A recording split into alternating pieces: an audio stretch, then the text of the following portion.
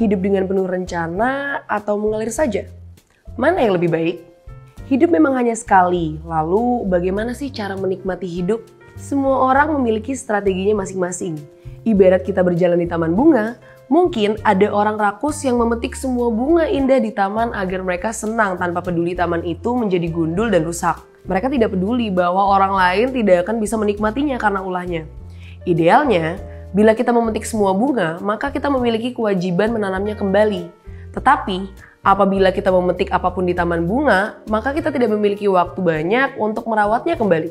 Ada juga orang yang memetik tanaman yang dia butuhkan saja, dan mencoba menanam kembali tanaman atau menyirami tanaman yang dipetik, agar tanaman itu bisa berbunga lagi dan orang lain bisa menikmatinya. Selain itu, ada juga orang yang tidak memetik apapun. Dia hanya berjalan di taman bunga sambil menikmati saja tanpa perlu memiliki bunga-bunga indah tersebut.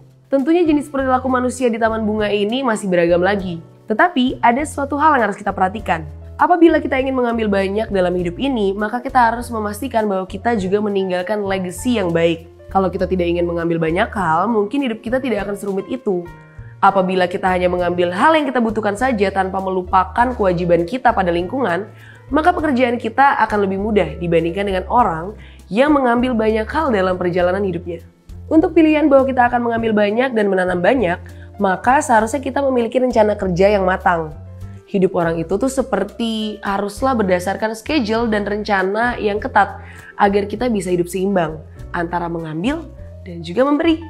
Sedangkan untuk orang yang tidak mengambil banyak di taman bunga, maka hidupnya bisa dibiarkan mengalir saja. Karena bagaimanapun beban tanggung jawabnya biasanya menjadi lebih ringan.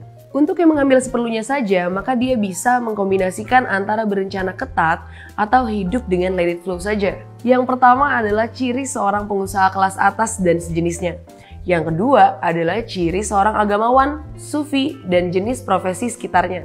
Yang ketiga adalah ciri orang seperti profesional, buruh, dan jenis pekerjaan lainnya. Penggolongan itu tidaklah baku, hal itu hanya gambaran bagaimana kita dan masyarakat hidup kebanyakan. Memang ada seorang pengusaha kaya yang hidupnya itu mengalir saja. Tetapi apakah keberuntungan dia akan kita bandingkan dengan yang lain?